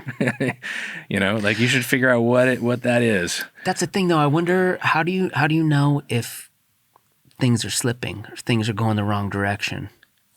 I think you just go with it. You just go with it. You can't avoid it anyway. It's going to happen. More or less. Yeah. I mean, you take the personal choices along the way, you know, you do the least harm. But I mean, you know, you can't really fight the group. I mean, not unless you actually have a place to place. If you have a fulcrum and a lever and a place to freaking use it. And I mean, in terms of that these days, I suppose that would be if you have a couple million followers on Twitter or something. And if you're Taylor Swift, you know, who, you know, we were talking about being sort of a pop star or whatever, but she's also a political activist. You know, I mean, she's actually pretty influential in Tennessee politics. Which is also crazy because who knows who she's talking to or what money she's getting. Like Soros bucks. Not to say she is. Maybe she really has a very personal opinion and she gets to say whatever she wants. But yeah, you don't know. I don't think so. But you don't know. No, I mean, you don't don't really know. I mean, she might. I mean, I don't have any reason to think that she's not smart. You know, like, yeah, but it goes in line with like, I don't know, any corporation or any like baseball team or whatever. Like they, or like a news organization, they're not going to openly criticize someone who gives them money. yeah, not usually. No. I mean, I think that if you want to be happy, all you can do is make the personal choices, you know? Like, you can't fight the crowd. I mean, I almost got into a literal fist fight one time at Mount Tabor because there were people setting off fireworks in the crowd, and they were like stumbling around, clearly intoxicated. And somebody came over and set off like a professional mortar about 10 feet from where I was sitting. And I have a pretty high threshold of, you know, like I'm usually pretty calm, but, Yeah. but like that was enough where I was like in this guy's face. Yeah. And I was just telling him how he's not doing that anymore. And then somebody else started setting more off, and I'm like running around like a fool. And I thought that the crowd was going to stand up and be like, this guy's right. There's more of us than there are of these fools, and we're trying to enjoy the fireworks, and they're sitting here blowing us up. But, you know, like I just basically luckily there was a calm and reasonable fellow in their crowd who was like, this is just beginning. You know, you probably ought to go. And I was like, oh, well, all right, I guess I'm the asshole here, you know. But I just really thought, like, since I was watching people wince from being burned and other people, like, you know, being shocked from like explosions in the crowd, that if somebody stood up, that everybody would also stand up. No, it's easier to not make waves. Yeah, and that jaded me a little bit. I mean, I don't know if that it's a thing that you should always avoid. Maybe there's moments where you should stand up, but I think you got to be careful. Well, I think people are scared of the potential for failure or embarrassment. Yeah. That's why people don't become Elvis. They don't write some crazy new song that's going to change the world or do a different dance move. Like they're too scared that they're going to do what you did and not be approved by the group. Yeah. I was shocked, man. I was like, somebody needs, surely this is just like somebody has to like open the top, and it was just Didn't happen. everybody just sat there. And then so like some friends of mine stayed, and they said, yeah, they tipped one over and shot it into the crowd right after you left. And I'm like, okay. I mean, like that just seemed obvious that like we don't have to put up with that. Yeah. But like people, we've created democracy is pretty cool. We've created a pretty interesting system, but there's a lot of challenges to. What if it's wrong though, dude? Well, it's not necessarily right. I mean, what if we just spent 250 years doing something there that our great-great-grandchildren are going to study, and they're going to be like, these fucking idiots. Look at this thing that they did for 300 years, and it collapsed their civilization, or at least that thought process. I mean, I think that America as we know it, for lack of a better word, is doomed. That doesn't mean that it's going to be a hellscape. It just means that the concept of American democracy, I mean, first of all, you need to have, I think, much closer to a supermajority of people who are interested in democratic values for it to do well. But also, I mean, the reason why I kind of consider myself a progressive is it's not because of any sort of thing that progressives do. It's because I believe that progress should be the goal, and that like whatever we've got right now is great. It's better than a lot of other totalitarian or monarchies, different systems that existed before, where one family could just have your head chopped off if they just wanted to. That's not a very good system. But at the same time, if you were lucky enough to have like a really awesome dictator, like if you had just someone who was like really nice, like everybody loves that guy, he was cool.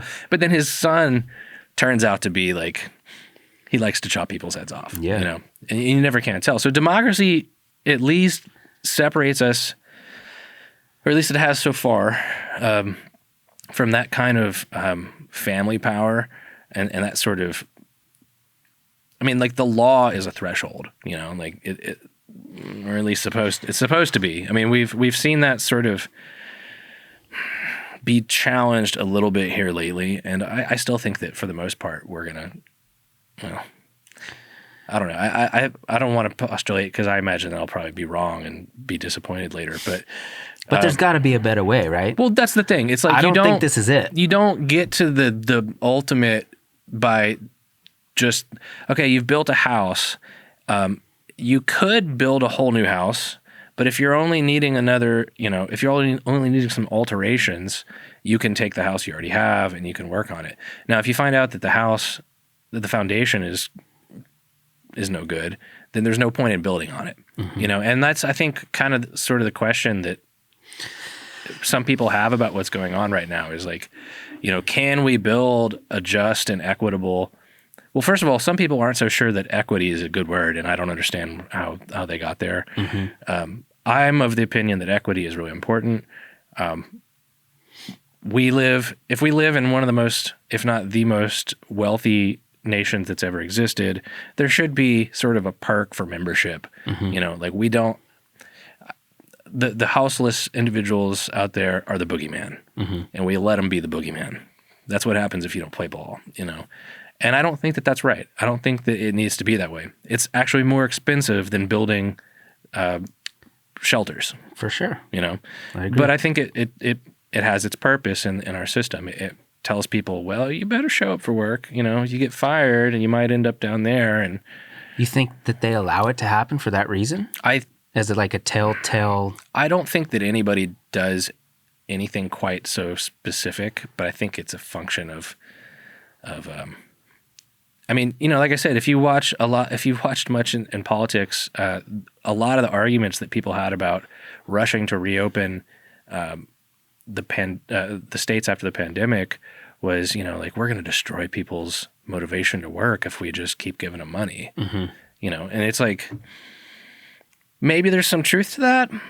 Maybe a society has to have some pressures to keep it orderly, at least enough to where like an economy works.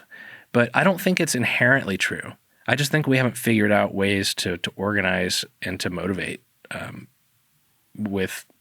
without being assholes, Yeah. But I don't think it's impossible to incrementally make progress. But I think that's where a lot of the woke discussion focuses on is like, is the foundation sufficient to incrementally build on, or do we have to like really do some serious changes? Well, the woke people are frustrating because they aren't willing to hear the other side either. Right. Yeah. They typically will dig their feet in the sand, and it's like, hey, it's a myopia, just like the people who grew up in the country, and it's just I agree a little more with the woke people than I do with most of the country folks. You gotta be willing to hear other options, though. You can't just say this is how it is, and I'm right, and this is the best. Yeah. No one's gonna be receptive to that. No, and that's not politics. That's violence. Yeah. You know what I mean? And that's the whole point. Like, if you don't have politics, and you don't have, if you live in a society where politics has kept the order, and then you take the politics away, and you don't have some sort of authoritarian figure, then people are going to fight it out. Yeah. And so we have to. That's why I was saying, like, it's not that I think that, like, the Trumpist or Trumpism, any of that stuff, like, that stuff is so. I mean, I remember the first Republican debate in 2016 when Donald Trump came out on the stage, and I laughed and laughed. I thought it was great. I thought it was so hilarious because I was like, this guy is a clown. Like, nobody. I was just like, he's just observably unintelligent. He's not a good communicator. He only speaks in incredibly simple. I mean, like, and honestly, I don't know if dude's crazy like a fox or not. It might have just been a perfect storm of conditions, but like, it's possible that he sort of keeps it simple because he knows how to be effective in crowds. Mm-hmm. But I couldn't believe that was being taken seriously. Dude, no one could. It seemed impossible. But having grown up in a place where, like, one of the reasons I left Arkansas when I was 13 is because I was embarrassed. We had television as the oracle, just like everybody else. We had Hollywood as the oracle. That was the center of culture. Like television, movies, and growing up in the South, I was never. There was never any representation other than negative. Yeah. And I think that Donald Trump was one of the first people to speak directly to the folks who so obviously liked what he had to say. Mm-hmm. They'd been sort of forgotten. And I think economic anxiety was like a big hot topic around that, and I think people debated it a lot whether that was what was really going on. And like, economic anxiety doesn't really explain all of it, but at the same time, like, the little town that my family was from used to have factories. That was decades ago. Just like Detroit. Yeah, it used to be like a thriving economy. You could graduate high school, you could get a job in a factory, make a very good living, take care of your wife and your kids, buy a house, have a couple cars. That's the supposed American dream of like the 50s and 60s that a lot of these people are like trying to get back to, but that doesn't exist anymore. No. And I mean, that only existed because every other Western country was destroyed and all the other countries had, there were some fairly well-developed Asian countries at the time, but I mean, like, there weren't too many non-destroyed developed countries in 1950. Yeah. USA pretty much had that. We had a really crazy advantage that'll hopefully never come back, because that would mean that everything else besides us has been destroyed again. Mm-hmm. But, like, it's pretty easy for a lot of folks to say, wow, all those environmental regulations came in, and then, like, now the factory couldn't operate here anymore because it can't actually do what it was doing profitably without polluting the area. And so, I mean, that's probably not true. It's probably more likely something to do with trade deals and like making stuff cheaper in other countries. But I mean, the narrative is pretty easy to sell, you know, and like even stuff like diesel trucks, you know, like a lot of people out in the country like diesel trucks. And when the EPA comes in and starts changing the regulations on how those emission systems should work, and it makes those trucks not work so well and makes them break down and makes them harder to keep up and makes them more expensive to run, you know, they don't see it as like a thing that's benefiting anybody. They see it as a thing that's like, okay, well, I need to pull cows in my truck and this does the best job. And now you've come in and like screwed it up. And, you know, like it's great, but I mean, it doesn't, I mean, like having those kind of emission controls, I think are important, but it doesn't even come close to making up for the emissions that the agricultural industry is putting out. Like if you're looking at what like the meat industry puts out, it's, I mean, I don't know exactly how much more. I imagine orders of magnitude more than what people's pickup trucks are doing. You know? No, that's the disappointing part is they try to individualize it and put the pressure on people when you and I are really incapable of changing what's happening. Mm-hmm. There are a number of corporations, and I was listening to a podcast the other day that was talking about the U.S. military. Mm-hmm. The U.S. military, an insane amount of pollution. Yeah. I forget what the percentage of the world. They're the carbon emissions. They're the largest single emitter. Yeah, absolutely. Yeah. And nobody talks about that. Yeah. It's like, make sure you recycle, make sure you buy your hybrid. And that's cool, that's important, but we're not going to change that. Yeah. Well, and like I once heard, this is not a thing that you hear very often, but I heard a conservative pundit with a reasonable candor about their view on climate change. And basically what they said was that, look, if the United States were to scale everything back to zero, we'd still be screwed because India and China is just getting started. Yeah. You know, and that's not a reason to say, you know, who cares? Yeah. But when it comes down, like I can see why, you know, if you're telling me that like, okay, you're going to put in these things that are basically symbolic to you, but to me, they're affecting my bottom line. I could see why people would be not into it. Yeah. You know, but I mean, that doesn't mean that a lot of times people say, oh, well, okay, I guess there's, you know, that's all screwed up, you know, like we can't do anything about it. And I don't know. I really like talking to people who I disagree with because I keep hoping that maybe they'll allow me to make sense of the views that I don't get. Yeah. Or possibly, and I don't hold as much likelihood of this, but possibly I might influence somebody to kind of open their mind a little bit. Mm-hmm. I don't know what it is that makes that so difficult to do. I mean, and honestly, I'm probably more closed-minded than I'd like to think I am. I kind of see myself as an open-minded person. Mm-hmm. But I bet you there's some things you could challenge me on that I'd... That makes you open-minded, though, that you'll admit it. You know what I mean? Right. That's a good step. Well, I see it as a virtue. How virtuous am I? I don't know. You know, but I think that's a good goal. Like, I would like to think that if I were given reasonable evidence of something that I really think is true being not true... like flat Earth. Yeah, like let's say if NASA was like, you guys, we fucked up. I know this is hard to believe, but here's the data.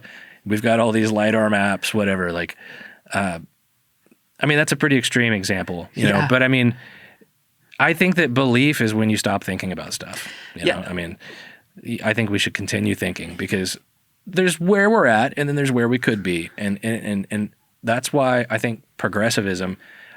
I think it's a terrible word because it means something different to almost everyone. I think. Yeah. What does it mean to be progressive? But I just think that like if we can do better, we should do better. Yeah. You know, if we can like improve things, then that should be the goal. You know, Yeah. When you started talking about it a minute ago, I was thinking of like the Industrial Revolution. Like what if we just stopped trying before they figured out electricity and everybody just lived the way that they lived around 1880? Well, if they had, when did we get penicillin? I thought it was in the 1900s, but maybe not. Well, I mean, I would be down. I would be really interested in that kind of life as long as there was penicillin. Dude, there was so much we didn't understand then. That was when they still thought about the four humors. Oh, you mean if we just stopped trying about everything? Yeah, if they're just like, oh, this is as good as it gets.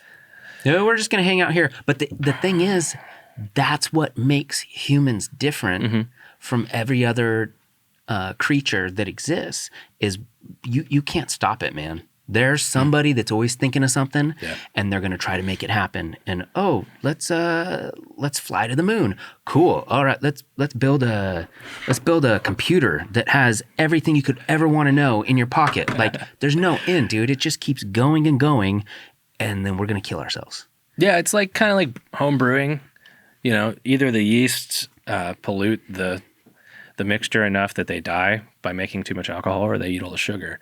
You know, and then that's the end. It's like once you hit the exponential growth phase, that's the outcome. You can't exponentially grow without falling apart, unless, you know, and like you mentioned it earlier, in some places the growth rate is slowing, and it's funny, you know, like once you get modern medicine and you realize that having 8 kids isn't necessarily the best strategy for ensuring that you have a family. Yeah. People tend to only have a couple, you know, 2 or 3 maybe, you know. And I've seen some stuff that was saying so I think we're at like almost 8 billion people.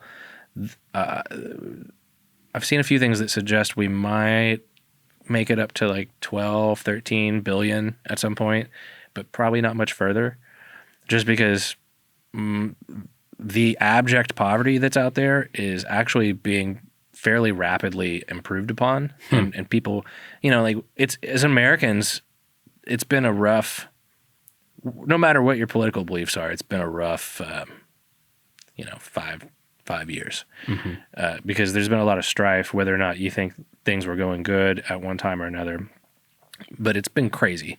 But there's other places in the world where, you know, they went from living on 75 cents a day to $1.60, which is still hard for us to understand. But I mean, you can see like the percentage increase, you know, like that's a relief. Like the people are living better. They have better access to healthcare. They have, like, so going back to blockchain, you know, I think that's going to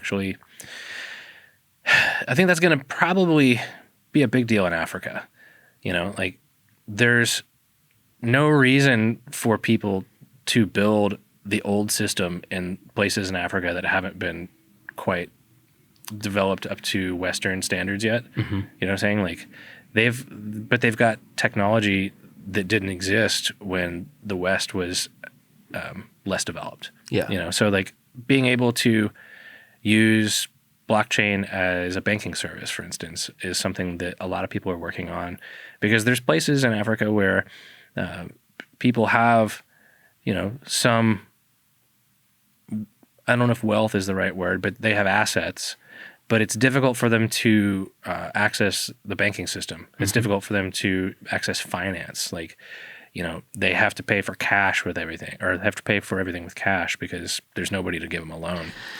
Well, there's also insane bank fees. Do you know about El Salvador? Well, I know that they just adopted Bitcoin Bitcoin as, I don't know if it's the national currency or it's legal tender. It's legal tender.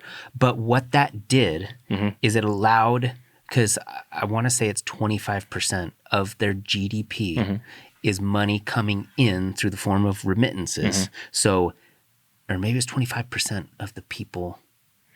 God, I'm getting them all mixed up. But either way, there's a significant amount of money for El Salvadorian citizens that are working in the U.S. that are sending that money back to their relatives in El Salvador. And that money, through the banking system, is getting charged in one way or another. Upwards of 10%, probably. So what it did Yeah. when they turned Bitcoin into legal tender for the country, well, they speculated that Wells Fargo will lose $400 million. Yeah. That's how much they were charging people to make money Yeah. in the United States and send it back to their family. That's ridiculous. There's other cryptocurrencies that are more specifically designed around that purpose. And it'll be, I think they went with Bitcoin because it has likely a greater store of value than most because it's sort of the brand name. You know, I mean, people know it. It's most likely to succeed. It's very relatively scarce. It's one that like,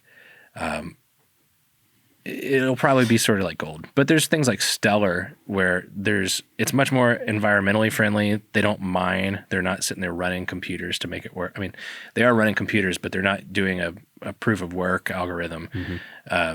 And it costs like, you could send $1 billion to somebody and it would cost a tenth of a penny. Yeah. And it's in a fraction of a second. Yeah. Well, it's a few seconds for that one.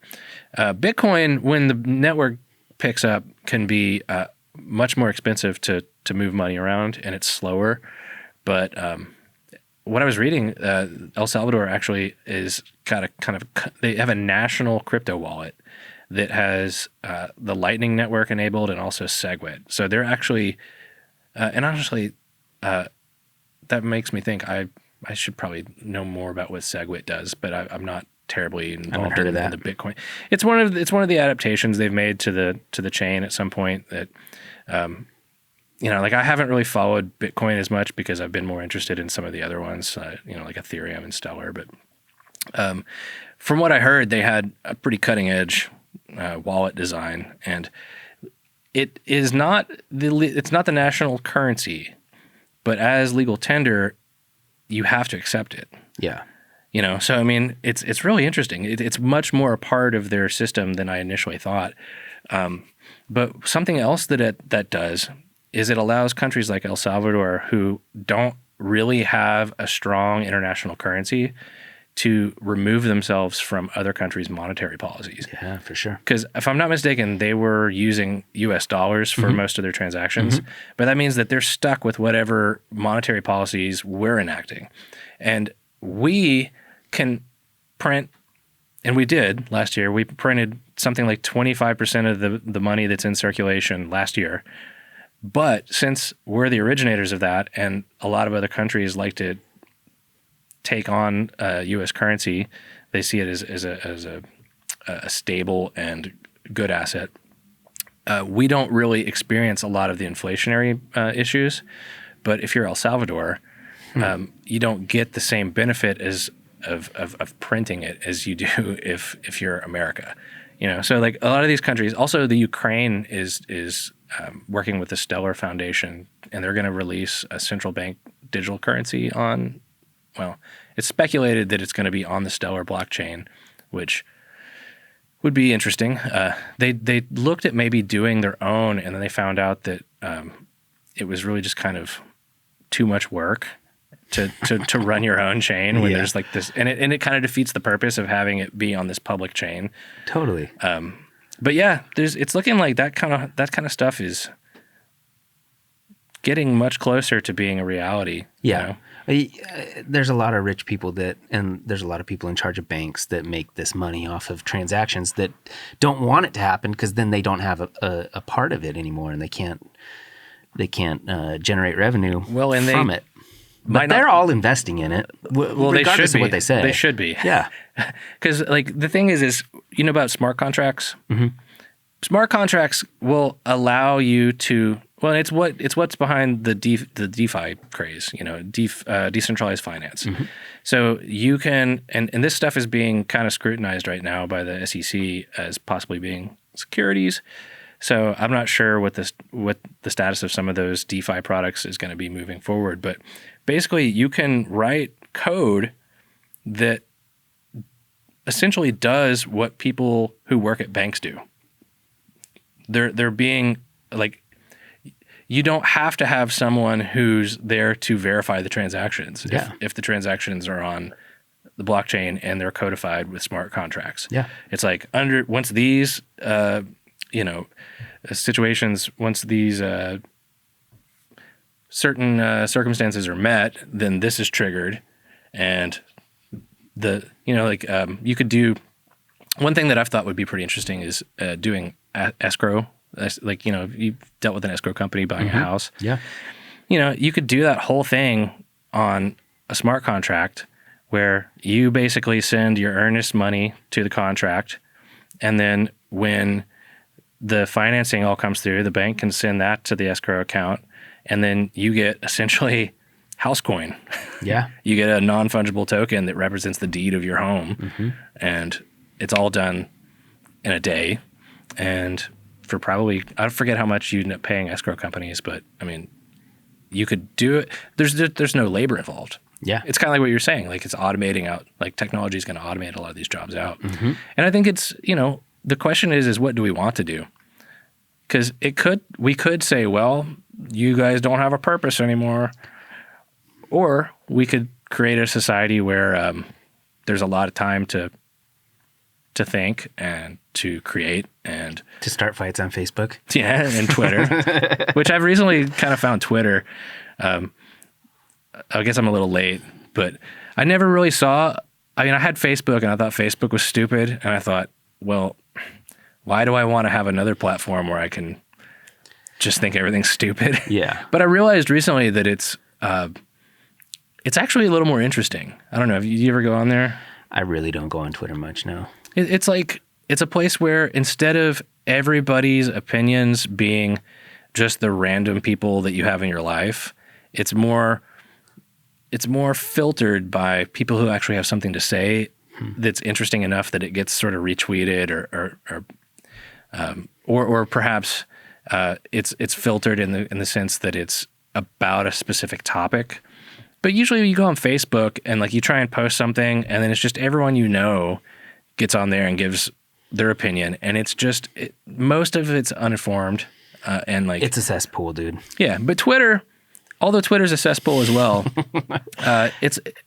there's a little more focused info, and it almost feels like more of a game that you could sort of. It's not quite like Westworld, but like, there are obviously people who understand Twitter and have made it work to the point that they make money. Yeah, for sure. Like they understand how to put that like well-crafted short little statement together and put it just in the right place in the conversation that people react to it. And the difference between those folks, I mean, I guess they're just more interesting, but like the difference between them and everybody else on there is not immediately clear. You know what I'm saying? Yeah. It's just like there's some people have that thing, just like if it was art or music, or some people are really good. It's a skill at just playing that Twitter game. Yeah. And they end up like being more influential than I ever would have thought. Yeah, it's pretty wild. You could be president. I know. Worked out for one guy. Yeah. Yeah, dude. All right. Well, we just hit the 2-hour mark. Oh, so wow. I think we're pretty good. Okay, cool. So, well, it's been interesting. It was a good talk, man. Yeah. Thanks for coming down. Yeah, thanks for having me. Yeah.